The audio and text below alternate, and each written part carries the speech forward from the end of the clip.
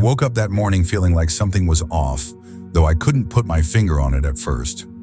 My phone buzzed with a message, and there it was, a single cold text from my husband.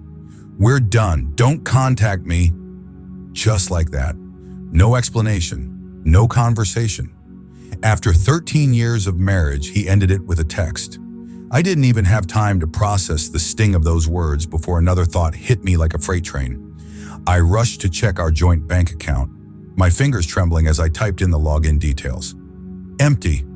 Every penny we'd saved together, gone. I stared at the screen in disbelief for a moment, my heart pounding in my chest. I knew he could be selfish, but this was next-level cruelty. But then something strange happened. I didn't cry. I didn't panic. Instead, a smirk spread across my face. You see, I had seen this coming. Maybe not this exact move, but something like it. There were signs, subtle at first, but unmistakable as time went on. The late nights, the secretive phone calls, the way he'd grown distant, like a man with one foot out the door. So I'd prepared, quietly, carefully. I'd started tucking away small amounts of money he wouldn't notice, and I'd been documenting things, messages, receipts, emails. At the time, I told myself I was being paranoid. But now I felt strangely calm, as if I'd been waiting for this moment all along. He thought he could leave me stranded, helpless, broken. He had no idea what was coming next. I'll admit it, I'd been hiding money. Not because I wanted to, but because I felt like I had to. A year ago, I started noticing the cracks. My husband, the man I thought I'd spend forever with, was changing. He stopped sharing things with me, his plans, his thoughts, even his time.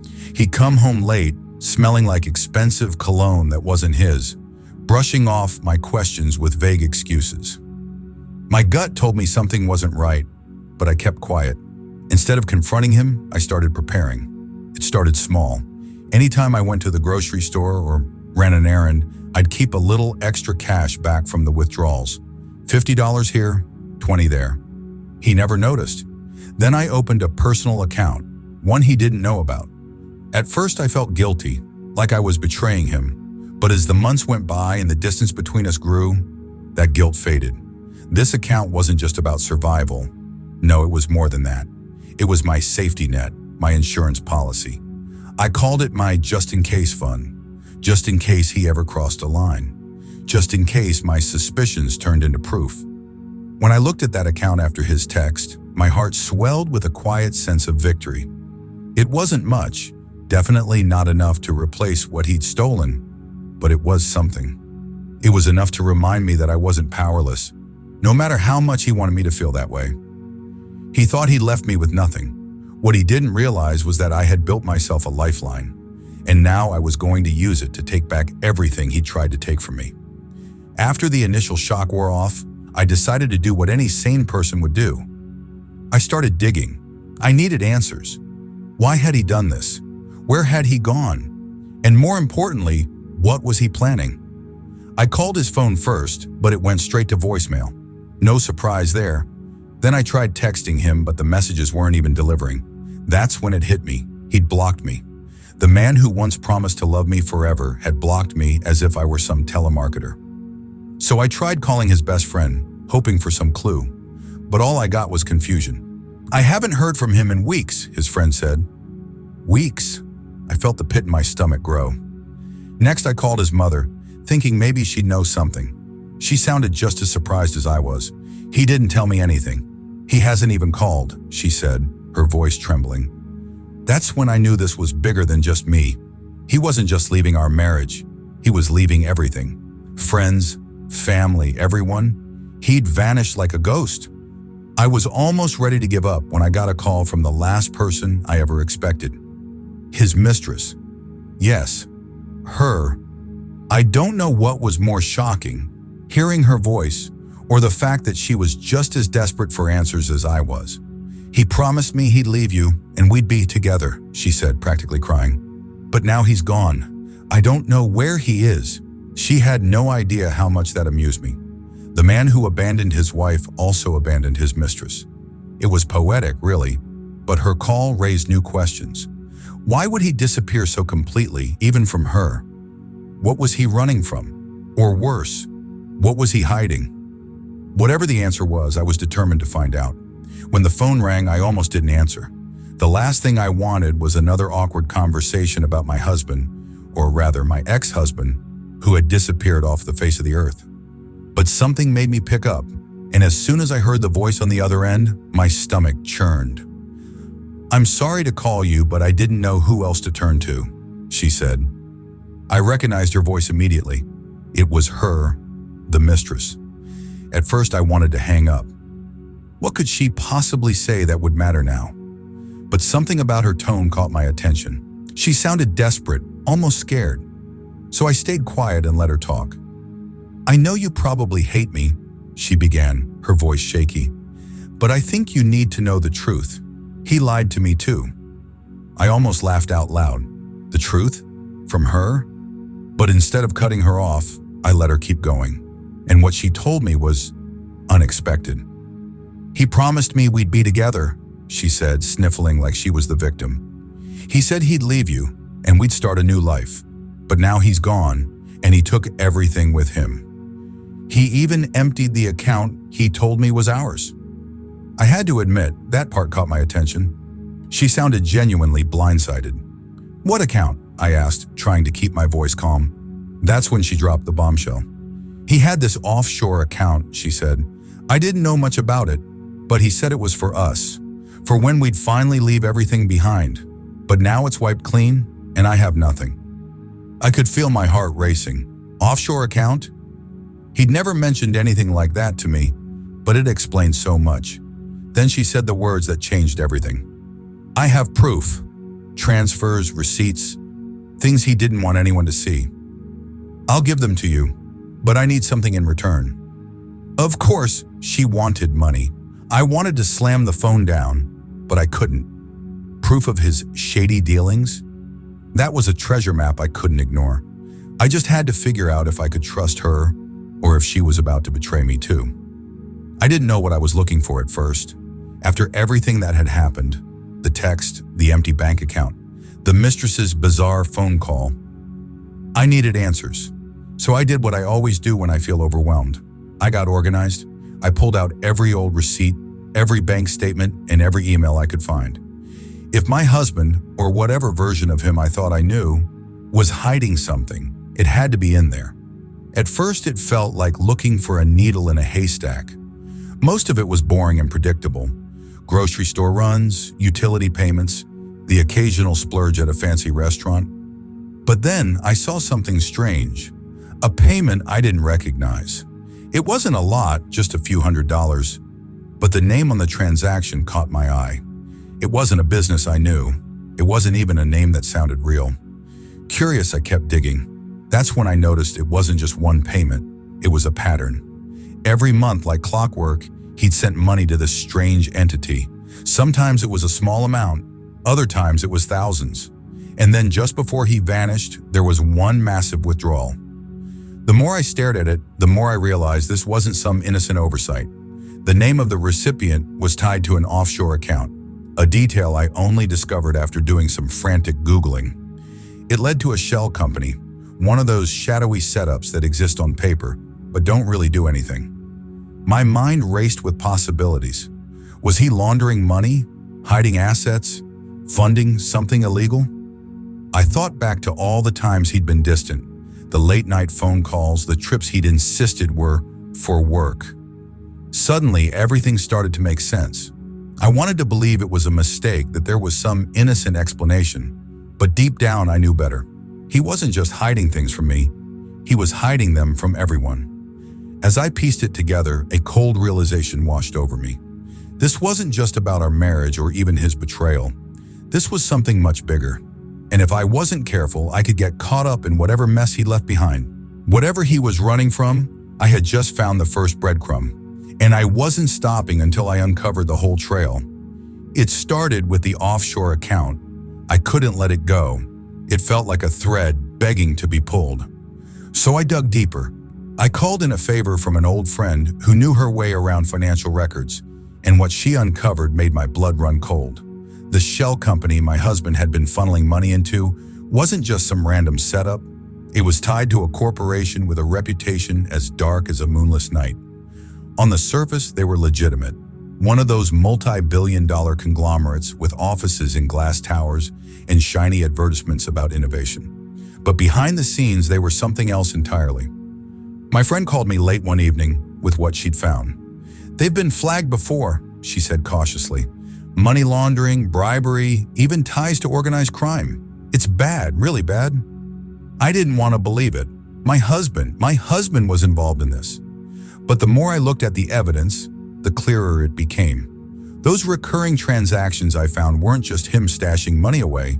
He was laundering funds for them, using our joint account as a pass-through to keep things looking clean. And then I saw it. A series of transactions that didn't match the rest. Skimming. He was skimming money, tiny amounts here and there, but over time, it added up. I realized he wasn't just laundering for them, he was stealing from them. The pieces clicked into place.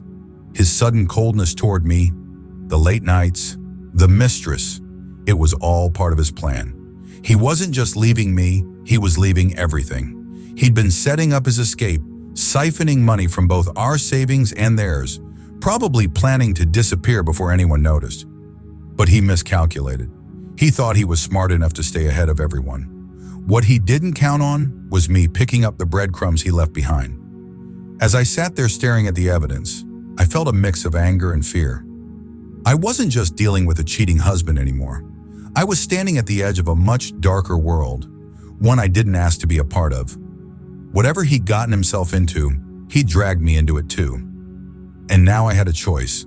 Walk away or go deeper and make sure he paid for what he'd done. To me, to us, and to everyone else. I knew I was in over my head, so I did what anyone in my position would do. I hired a private investigator. At that point, I needed more than clues and half answers. I needed the truth, no matter how ugly it was. What he found, though? It wasn't just ugly, it was a bombshell. The first thing the investigator told me was that my husband, if I could even call him that anymore, wasn't who he claimed to be. His name wasn't real. The man I'd been married to for 13 years didn't even exist. The person I thought I knew, the one I trusted, laughed with, loved. It was all an act, a lie. His real name? Something completely different. His background? Fabricated. The job he claimed to have? Fake. Even the stories he told me about his childhood, his family, the struggles he supposedly overcame to build our life together, they were all fiction. It was like the man I married had been a character in some elaborate play, and I was the fool in the audience, believing every line. The investigator dug deeper and found records, aliases, addresses, and connections that spanned several states. My husband had been a chameleon, moving from one identity to the next, each time leaving behind a trail of deceit. There were whispers of fraud, scams, and worse. But the part that haunted me most was the question I couldn't shake. Why me? Why did he choose me out of all the people in the world? When the investigator handed me his final report, the answer became chillingly clear. My husband, if that's even what I should call him, had targeted me. Not for love, not for companionship, but for access. I was his way into a stable life, a good reputation, and most importantly, our joint finances. It wasn't an accident that he swept me off my feet all those years ago, saying all the right things, being everything I thought I needed. It was calculated. He'd studied me, learned my weaknesses, my dreams, and used them to build a false connection. That realization broke something inside me. I had shared my life, my heart, my home with a stranger, a man who had played the long game, only to betray me in the end. But as devastated as I wasn't going to let him win. If he thought I'd just roll over and let him vanish with my trust and my money, he was wrong. Dead wrong. Now I was determined to use everything I'd learned to uncover the rest of the truth and make sure he paid for every lie he ever told me. I'll admit it, I was terrified. By now, I knew my husband hadn't just betrayed me. He had crossed a line with people far more dangerous than I ever imagined. But I also knew something else. I had leverage. The evidence I'd uncovered, his offshore accounts, the stolen money, and the lies about who he was was enough to bury him. I just needed to figure out how to use it without getting buried myself. That's when it hit me. The corporation he'd been laundering money for, the one with the shady history and criminal ties, they'd want him just as badly as I did. Maybe more. And if I played this right, I could turn the tables. It started with a single email. I sent it anonymously, of course. No names, no way to trace it back to me. Just enough information to catch their attention. I told them about the offshore account, the money that had gone missing, and how their trusted employee had vanished without a trace. I didn't give them everything, just enough to make them curious. The response was faster than I expected. Within 24 hours, I had a reply, written in cold, clinical language that sent a shiver down my spine. They wanted details, dates, numbers, evidence, and that's when I realized the power I held. I carefully crafted my next move. I gave them bits and pieces of the truth, enough to keep them interested, but never enough to put myself at risk. I painted a picture of a man who had betrayed not just me, but them too. A man who had used everyone around him and then disappeared with their money. The more I gave them, the more they trusted me, or at least they trusted the information I was feeding them. I knew they were dangerous, but I also knew they'd never suspect me. To them, I was just some wronged wife, desperate for revenge. They had no idea I was pulling the strings. And it worked. They started looking for him, using their resources far more powerful than anything I had access to. Every step they took brought them closer to finding him, and every step they took pushed me further away from danger. I wasn't proud of what I was doing, but I knew I didn't have a choice. He had dragged me into this mess, and I was doing what I had to do to survive. If they caught him, it wouldn't just mean justice for what he did to them. It would mean justice for what he did to me. For the first time in weeks, I felt like I had control. He thought he'd outsmarted everyone. But now the hunter was becoming the hunted, and I was the one who set the trap. The moment I decided to stop being the victim was the moment everything changed. For weeks, I'd been digging, uncovering the lies my husband built his life on. I'd played my cards carefully, feeding just enough information to the corporation to keep their attention focused on him, not me. But now it was time to make my own move. I wasn't just going to let him run off into the sunset, leaving chaos in his wake. No, I was going to make sure the whole world knew exactly who he was and what he had done. He thought he'd left me with nothing, but he underestimated me. The funds I'd hidden away, the ones I had painstakingly set aside over the years, became my lifeline. I used them to hire the best lawyer I could find, someone who specialized in fraud and asset recovery. Together, we built a case that was airtight. I handed over every piece of evidence I had, documents, transaction records, proof of his offshore accounts, and watched as the puzzle came together. But I didn't stop there. This wasn't just about legal justice. It was about reclaiming my dignity. I took the story public. With the help of a savvy PR consultant, I exposed everything. His fake identity, his money laundering schemes, his betrayal of not just me, but everyone around him. The media ate it up. Headlines splashed his name, or at least the one he'd been using, across the news, and his face was plastered everywhere. The fallout was immediate. His credibility was destroyed. The corporations he worked for, they turned on him faster than I thought possible, eager to distance themselves from the scandal. The criminals he'd been laundering money for, they were furious, convinced he was the one who had betrayed them. He was trapped, with nowhere to run. The law was closing in from one side, and the dangerous people he'd crossed were closing in from the other. And me, I was finally free. The courts froze his assets, and I got back what was rightfully mine, and then some. My lawyer made sure of that. The media attention worked in my favor too. Public sympathy was overwhelmingly on my side, which only made it harder for him to find anyone willing to help him. In the end, he became exactly what he deserved to be, a man on the run, looking over his shoulder, knowing that justice, or worse, was always just one step behind. As for me, I walked away stronger. He tried to destroy me, but I turned his betrayal into my power. I didn't just survive, I thrived. And the best part? I made sure he knew it. I stood there watching it all unravel. His lies, his deceit, his entire carefully constructed life. It was surreal, almost like watching someone else's story play out in front of me. In the end, it wasn't even about him anymore. It was about me and everything I had lost. But more importantly, everything I had regained. The truth about my husband, or the man I thought I married, was something I would never be able to fully digest. I spent so many years building a life with someone who wasn't even real. The man I loved, trusted, and thought I knew turned out to be nothing more than a carefully crafted illusion. I had spent so much of my life believing in him, in us, that the betrayal almost broke me. But now it was different. With every piece of evidence I uncovered, every legal victory I secured, and every moment of reclaiming what was mine, I began to understand something crucial. I had always had the power. I had just been too afraid to use it. The funds I'd set aside, the quiet preparations I made over the years, had not only been for survival, they were my ticket to taking control of my own destiny. I could have chosen to crumble, to let the wreckage of our marriage define me. But instead, I chose to rebuild. I didn't need him. I never did. The hardest part of all this wasn't the legal battles, the media frenzy, or even the haunting realization of how deep his lies ran. No, the hardest part was understanding that I never truly knew the man I had spent my life with. I didn't know him at all. The person I married, the one I trusted, the one I shared everything with, had never existed. He was a stranger in disguise, and the fact that I hadn't seen it, hadn't recognized the warning signs, felt like a failure. But now standing here, I knew it wasn't my fault. I had done nothing wrong. He had. I walked away from all the chaos, from the wreckage of a life I once thought was mine. I wasn't running from it.